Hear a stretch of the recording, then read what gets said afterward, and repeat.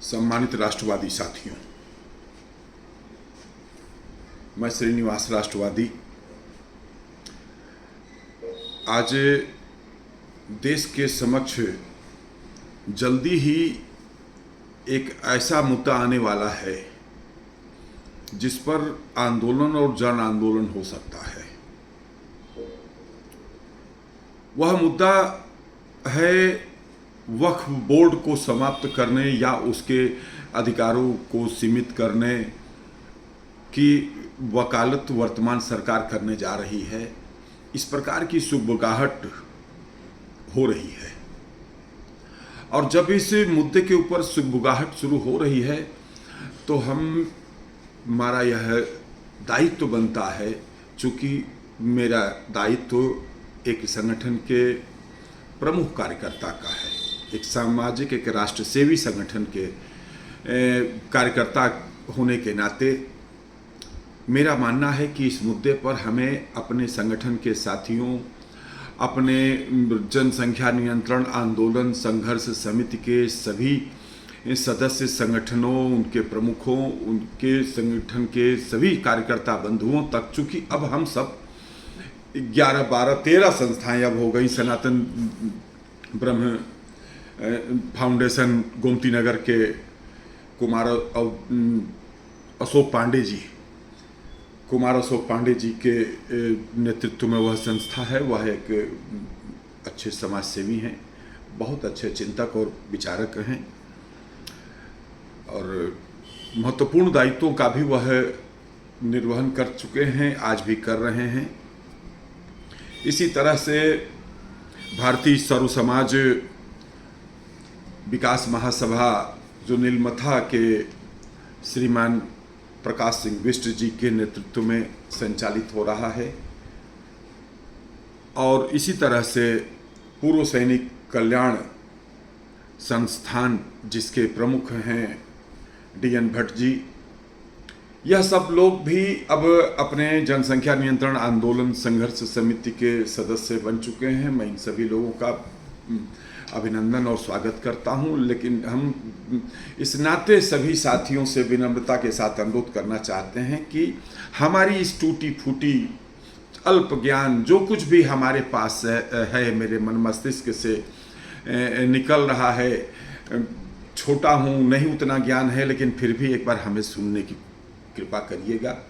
चूँकि हम सब लोग एक राष्ट्र सेवी संगठन है, एक धर्मनिष्ठ संस्था है। हम लोग सशक्त भारत के निर्माण के, हम सब का परम लक्ष्य अपने सशक्त भारत का निर्माण है। इसलिए हम आप सभी लोगों से अनुरोध करना चाहते हैं कि हमारी बातों को सुनने की कृपा मात्र करें। सहयोग कुछ करिए मत करिए, हम खाली सुन लिया करिए। तो मैं विशेष रूप से अपने इन साथी संगठनों से कहना चाहता हूं और जो भी हमारे इष्ट मित्र सहयोगी शुभचिंतक राष्ट्र प्रेमी साथी हैं, मैं उनसे भी अनुरोध करना चाहता हूं कि हमारी इस टूटी फूटी बात को सुनिए और हो सके तो इसको थोड़ा सा चर्चा का विषय बनाइए, लोगों के बीच में इस बात को पहुंचाने की कृपा करिए। देखिए साथियों, कोई भी मुद्दा आंदोलन तभी बनता है जब आप उस मुद्दे की लोगों के बीच चर्चा करें। हमें कष्ट होता है, अपने साथियों से मुझे कष्ट है, हाँ, मैं कोई नाराज हो चाहे कोई खुश हो। जिन जिन लोगों के पास जो महत्वपूर्ण दायित्व हैं वह अपने दायित्वों के प्रति बहुत गंभीर नहीं है। वह लोग संस्था के जनसंख्या नियंत्रण आंदोलन के मुद्दे पर भी जितनी सक्रिय रूप में भागीदारी निभाना चाहिए, जिस जुनून के साथ उन्हें भागीदारी निभाना चाहिए, उस रूप में मेरे साथी भागीदारी नहीं निभा रहे हैं। लेकिन कोई बात नहीं, ठीक है। यही क्या कम है कि हम आप लोगों से जब आग्रह करते हैं, निवेदन करते हैं, तो अपना अनुज, अपना प्रिय, अपना साथी मान करके आप लोग आ जाते हैं। मैं इस नाते आप सभी का बारंबार अभिनंदन करता हूँ, वंदन करता हूँ। लेकिन साथ ही मैं आप सबसे साथियों कहना चाहता हूँ, हम आपके बीच में एक खास रिश्ता समझ लीजिए। आप हमसे नहीं, आप भारत रक्षा दल ट्रस्ट के मुहिम और आंदोलन के साथ जुड़े हैं, ये आप फिट करिए अपने दिमाग में। हमारी आपकी व्यक्तिगत मित्रता तो बनेगी कि नहीं बनेगी, हम आपके यहाँ आए जाएं ना आए जाएं, आप हमारे यहाँ मत आओ जाओ, हम लोग जो है बहुत ज़्यादा निजी रिलेशन को न डेवलप करें, ये हमारा, और निजी रिलेशन अगर हमारे आपके बीच में डेवलप होता है तो ये हमारी आपकी अपनी निजी मित्रता है। हमारा आपका, मैं बारंबार इस बात को कह रहा हूं, इस नाते किसी के मन में मस्तिष्क में कोई वो नहीं होना चाहिए। आप भारत रक्षा दल ट्रस्ट के मुद्दे और आंदोलन के साथ जुड़ रहे हैं और इसी नाते, और अगर आप इससे जुड़ रहे हैं, वास्तव में इससे ही आप प्रभावित होकर जुड़े हैं, तो आप एक राष्ट्र सेवी व्यक्ति हैं, आप एक समर्पित राष्ट्रभक्त कार्यकर्ता हैं। और यदि आप राष्ट्रभक्त समर्पित कार्यकर्ता हैं तो मैं आप सबसे आग्रह करना चाहता हूं कि देश के समक्ष ज्वलंत मुद्दों पर आप लोग विचार रखना शुरू करिए, लिखना पढ़ना शुरू करिए, लोगों के बीच में चर्चा करना शुरू करिए। टूटी फूटी ज्ञान के साथ ही जो भी हम लोगों के पास है, हम उसी ज्ञान के साथ लोगों के बीच मुद्दों को लेकर के जाएंगे। और आज हम आपसे बात करना चाहते हैं, बात लंबी न करते हुए, मैं सभी अपने साथी संगठनों के प्रमुखों से, उनके कार्यकर्ताओं से, सभी साथियों से, अपने मित्रों से, हितैषियों से, शुभचिंतकों से हम अनुरोध करना चाहते हैं कि कृपया हमारी बात का सुने और अपने विचार दें, न विचार दें, लोगों के बीच में थोड़ा सा चर्चा करें, भाई ऐसा होने जा रहा है, ऐसा हुआ था। तो आइए हम मूल विषय पे आते हैं। देखिए, वक्फ बोर्ड क्यों बना, यहाँ से शुरुआत करते हैं। जब भारत और पाकिस्तान अलग अलग राष्ट्र बन गए, देखिए यह सत्य यहाँ से शुरुआत करते हैं। मुस्लिम समाज जो भी उस समय उसकी आबादी थी, उस आबादी के अनुसार जो उसका क्षेत्रफल बनता था, जो उसकी के लिए धन संपत्ति बननी चाहिए थी, एक बंटवारा हुआ। परिवार में कैसे बंटवारा होता, लोटा थरिया तक जो है, लोटा इनको जाएगा तो गिलास इनको जाएगा, तो 4 थरिया उनके पास जाएगी, तो 3 थरिया इनके पास आएगी। तो इस तरीके से बंटवारा गांव में जो है होता है, पूरे सब कुछ रख दिया जाता है। साड़ी का बंटवारा होता है, खटिया मचिया का बंटवारा होता है। इसी तरीके से भारत से जब अलग पाकिस्तान बना है तो बंटवारा हुआ था। और जब यह बंटवारा हुआ था तो उस बंटवारे के बाद फिर गांधी जी की एक छोटी सी गलती के कारण, देखिए मैं गांधी जी को परमपिता तो नहीं खैर मानता हूं, जो है न राष्ट्रपिता मानता हूं। हाँ, यह है कि देश के लिए जो है वह उन्होंने बहुत वो किया, ये सच्चे निष्ठा के साथ देश की आज़ादी के वह राष्ट्रनायक हैं, इसमें उनको मैं इस रूप में मानता हूं। लेकिन माननीय राष्ट्रनायक जी ने गलतियों की शुरुआत भी करके अपनी छवि को धूमिल थोड़ा सा किया। और उसकी का ये हुआ कि जब भारत और पाकिस्तान अलग बन गया, सब कुछ उनके हिस्सेदारी मिल गई, तो इनके कारण ही एक यह हुआ कि जो मुस्लिम पाकिस्तान जाना चाहते हैं जाएं, जो नहीं जाना चाहते हैं वह यहाँ रहना चाहते हैं रह सकें। इस तरीके का एक कमिटमेंट दोनों देशों में हुआ, नेहरू और जिन्ना के बीच में हुआ और गांधी जी की प्रेरणा से हुआ। अब वहाँ पर जो हिंदू बचे, वो उनको प्रेम आया कि हमारा खेत न चला जाए, हमारी फैक्ट्री चली, क्या होगा, हम बाहर चले जाएंगे, तो अरे नहीं हम यहीं रह लेंगे। इस नीति के तहत बहुत बड़ी तादाद में लोग रहे। और फिर उसके बाद में हुई कटैया इन लोगों की, जो है दौड़ा करके लाशें लद के आई थी। 14 अगस्त 1947 को पूरी खून से नदी बहती हुई लाशों का ढेर जो है पाकिस्तानियों ने भेजा था। ये नमक हराम जो है, ये गद्दार, ये कतई विश्वसनीय देश नहीं है हमारा जो है। और उसने अब दिखा दिया है अपना वास्तविक चरित्र, जब बहुत बड़ी तादाद में जो है हिंदू सिखों को जो है काट करके उधर से जो है भेजा गया।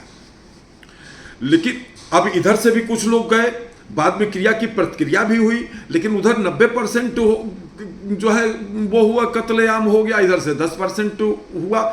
जो भी हुआ, खूनी क्रांति थोड़ी सी जो है बंटवारे के दौरान दोनों तरफ हुई, उधर से ज़्यादा तादाद में हुई।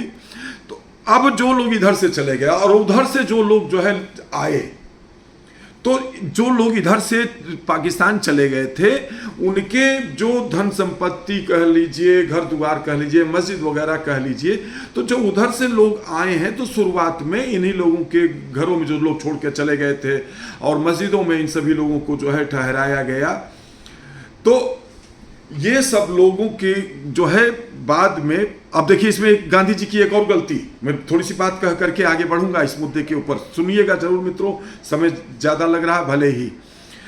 जब उधर से जो हिंदू शरणार्थी हिंदू आए थे हमारे भाई, उनको जब मस्जिद वगैरह में ठहराया गया तो गांधी जी ने ठिठुरती रात में भी जो है लोगों की शिकायत पर उन हिंदुओं को मस्जिदों से निकलवा दिया था। दिल्ली की सड़कों पे पता कर लीजिएगा।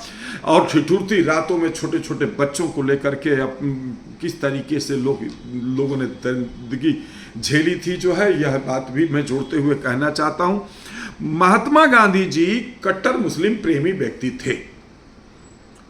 अब गांधी जी की जयंती जो है मस्जिदों में मनाई जाती है कि नहीं, और वो लोग मनाते हैं कि नहीं, और पाकिस्तान भी मना, जिनके कारण पाकिस्तान को सब कुछ मिला, और लेकिन पाकिस्तान भी हमको लगता है 2 अक्टूबर की इनकी जयंती उनसे नहीं मनाता है।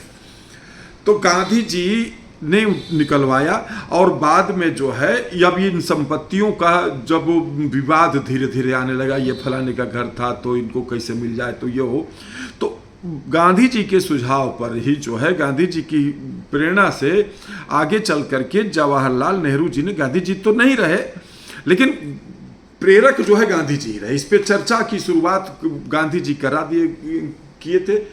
बाद में उनकी हत्या हो गई, लेकिन उनकी हत्या के बाद भी जो है 1954 में पंडित जवाहरलाल नेहरू जी ने मुस्लिम वक्फ बोर्ड जो है वक्फ बोर्ड बनाया, और वक्फ बोर्ड के पास उस समय 52,000 प्रॉपर्टियां जो है चिन्हित हुई, जिसे वक्फ की प्रॉपर्टी माना गया। वक्फ की प्रॉपर्टी में मतलब ये था कि जो मुस्लिम यहाँ से चले गए पाकिस्तान, और उनकी संपत्ति का कौन मालिक होगा, तो उनकी संपत्ति का मालिक वक्फ बोर्ड बना कि हम इनकी संपत्ति के मालिक हो गए। इस तरीके से 52,000 प्रॉपर्टियां चिन्हित हुई, और मुस्लिम वक्फ बोर्ड के पास जो है वह संपत्तियां हुई। बाद में धीरे धीरे, अच्छा, इसमें जो लोग जो है कर्मचारी के रूप में नियुक्त हुए, जो लोग इसकी एक जुडिशरी बनी, जो बोर्ड बना जो है, वो सब लोगों का वेतन भत्ता सारा सब कुछ जो है भारत सरकार जो है देती रही, आज तक दे रही है। और ये मुस्लिम संपत्तियों की और धार्मिक स्थलों की और सबकी जो है, ये एक प्रकार से जो है मूल वो है। 1995 में जब देखिए 6 दिसंबर 1992 की भी घटना को जोड़ ले दीजिए। 6 दिसंबर 1992 को जब विवादित अयोध्या का तथाकथित बाबरी ढांचा, भगवान श्री राम का मंदिर जब ढह गया है, तो उसके बाद मुस्लिम समाज पूरी तरह से कांग्रेस से अलग हो गया, पूरी तरह से अलग हो गया। और फिर इस मुस्लिम समाज को अपने साथ जोड़ने के उद्देश्य से प्रधानमंत्री नरसिम्हा राव जी ने 1995 में जो 1954 का वक्फ बोर्ड का प्रारूप था और अधिकार थे, उसमें और इजाफा करते हुए इसको असीमित अधिकार दे दिए, और यहाँ तक अधिकार दे दिया गया कि वक्फ बोर्ड जो है अगर आ करके इंगली रख दे कि ये प्रॉपर्टी वक्फ बोर्ड की है, ये आपकी नहीं है, तो अब आप जो है के सामने कोई चारा नहीं है। अब तो एक सुप्रीम कोर्ट के जाने के अलावा कोई अदालत नहीं आपकी सुन सकती। वक्फ बोर्ड स्वयं एक जुडिशरी है, 5 लोगों की जुडिशरी है, और उसमें 5 के 5 जो मेंबर हैं वो सब के सब मुस्लिम हैं, मतलब आपकी सुनने वाला कोई नहीं। ये स्थिति जो है भी आप एक प्रकार से जो है मान सकते हैं। अब यह चीज़ जो है आगे बढ़ती गई जो है, बढ़ते हुए सन 2013 में मनमोहन सिंह जी की सरकार ने इनके अधिकारों में और अधिक वृद्धि किया, और अधिक वृद्धि करते हुए उसी समय दिल्ली की 123 बड़ी प्राइम जो है प्रॉपर्टियों को वक्फ बोर्ड के नाम हस्तांतरित कर दिया गया। अब इस तरीके से वक्फ बोर्ड की ताकत जो है बढ़ गई, और आज की डेट में 3,72,000 प्रॉपर्टी 3,72,000 प्रॉपर्टी वक्फ बोर्ड के पास है, और 9,40,000 एकड़ जमीन का वक्फ बोर्ड आज की डेट में मालिक है। तमाम संपत्तियों पर उन्होंने एक प्रकार से जो है अपने खुद डिसीजन ले लेना है, खुद ही सरकार हैं, वो सब कुछ जो है कि हाँ ये प्रॉपर्टी इनकी है। आज आप समझ लीजिए भारत देश में प्रॉपर्टी के मामले में रक्षा विभाग, रेल विभाग के बाद तीसरी प्रॉपर्टी वक्फ बोर्ड के पास है। ये वक्फ बोर्ड की ताकत है। इसलिए अब वर्तमान सरकार, प्रधानमंत्री नरेंद्र मोदी जी की सरकार, संभवतः इसकी सुगबुगाहट हो गई है कि इस मुद्दे के ऊपर लोकसभा में या राज्यसभा से शुरुआत तो हो, बिल आने वाला है और शुक्रवार को प्रधानमंत्री मोदी जी की कैबिनेट ने इसके ऊपर डिसीजन ले लिया है। अब सारा विपक्ष, देखिए मैंने शुरुआत ही इसी बात से किया था कि अब एक आंदोलन की तैयारी होगी। देख लीजिए, सबके चाल चरित्र चेहरों को पढ़ लीजिए। देश के कितने राष्ट्रवादी लोग हैं आपके तथाकथित माननीय लोग जो है, जिनको आपने चुन करके भेजा है, बिरादरी के नाम पे भेजा है, किसी और माया मोह के नाम पे भेजा है। देखो तुम्हारे देश के साथ क्या हो रहा है। और यह प्रॉपर्टियां लगातार बढ़ती जा रही। दो रूपों में समझ लो खेल जो है। अब ये जो है, जैसे हम लोग कभी कभी कहते थे कि जब बहुतायत मुस्लिम आबादी, अब खुल के बोलने में कोनो परवाह और नहीं है जो है, और इसलिए बोलता हूं कि इनका अतीत इस बात का साक्षी है। इस पे हमसे कोई बहस कर सकता है, आपका अतीत इस बात का साक्षी है। आप जहां बहुतायत संख्या में रहे हो, वहां पर आप लोगों ने जो है बिल्कुल वो कहा जाए जो है आगे बरसे हो। तो भैया हमको विश्वास इसीलिए नहीं है, हम बहुत साफ बात करते हैं। मित्र हैं हमारे, कई लोग हैं हमारे मित्र हैं, हितैषी हैं, शुभचिंतक हैं, हम उनके मित्र हितैषी शुभचिंतक हैं, यह हम लोगों के व्यक्तिगत रिश्ता है। लेकिन हम यह मानते हैं कि धार्मिकता के आधार पर आप एक कट्टर व्यक्ति हो, अभी कुछ इस प्रकार का वो हो जाए कि जो है आपको इन काफिरों को काटना है, तो आप हमको काटने में भी देर नहीं लगाओगे। ये मेरी आत्मा का विश्वास है, मेरा मानना है। अब इसमें भैया कोई नाराज हो तो यार जो है मैं माफ़ी मांग लेता हूँ, यानी कि आप हमारे प्रेमी हो, लेकिन बहुत बड़ी तादाद इस विचारधारा की है। इस नाते मैं यह बात जो है कह रहा हूँ। मैं अनुरोध करना चाहता हूं अपनी सभी संगठनों के साथियों से, सभी राष्ट्रवादियों से, सभी सामाजिक संस्थाओं के कार्यकर्ताओं से, इस मुद्दे को जनता के बीच में ले जाओ। देखो कांग्रेस ने किस तरीके से तुम्हारे साथ क्या किया है। कांग्रेस इस देश को इस्लामिक राष्ट्र बनाना चाहती है, इस सत्य को स्वीकार करो। यह कांग्रेस का कुकर्म है जिसकी मैं चर्चा आप सबसे कहना चाहता हूं। फिर भी खटाखट के चक्कर में आप लोग इन लोगों के बहकावे में आ जा रहे हो। अरे पंडित जवाहरलाल नेहरू जी की ने जब से देश की गद्दी संभाली, वो स्वयं जो है इस बात को कहने वाले हैं कि मैं बाई मिस्टेक या एक्सीडेंटल हिंदू हूँ, यह बात कहने वाले हैं। वह व्यक्ति हिंदू समाज से नफरत करता था और वह नफरतकारी विभाजनकारी सोच इन लोगों की, इस कांग्रेस पार्टी की सोच जो है सदा हमारे आपके बीच में रही है। आप समझ नहीं पाते हो, आप बहकावे में बहक करके चले जाते हो। मेरे देशवासियों, देश बचाना है तो मोदी जी का साथ दो। खुल्ला अनुरोध कर रहा हूं। मोदी, तुम सचमुच में हमारा तुम्हारा राष्ट्र नायक है, हमारे तुम्हारे बच्चों का भविष्य सुधारना चाहता है। ये सब के सब जिनके चक्कर में तुम पड़े हुए हो, ये सब के सब इस देश को गुलाम बनवा देंगे। एक दिन क्या होगा, मैं बारंबार विनती करना चाहता हूं मेरे साथियों, अतीत पढ़ लेना किस तरीके से तुम गुलाम हुए थे, और जब तुम्हें, और गुलामी के कालखंड के दौरान तुम्हारे साथ क्या हुआ था। अगर ये तुम पढ़ लोगे, ये तुम जान लोगे, इसको जानने की कोशिश करो, तो तुम राष्ट्रवादी बन जाओगे और मोदी जी के साथ चलोगे। मोदी जी का कोई अपना निजी स्वार्थ नहीं, वो सशक्त भारत के निर्माण के लिए आपका साथ चाहते हैं। आओ हम सब मिलकर के अपने प्रधानमंत्री नरेंद्र मोदी जी के साथ चलें। राष्ट्र नायक प्रधानमंत्री नरेंद्र मोदी जिंदाबाद, जिंदाबाद, जिंदाबाद। जय मातृभूमि, जय भारत।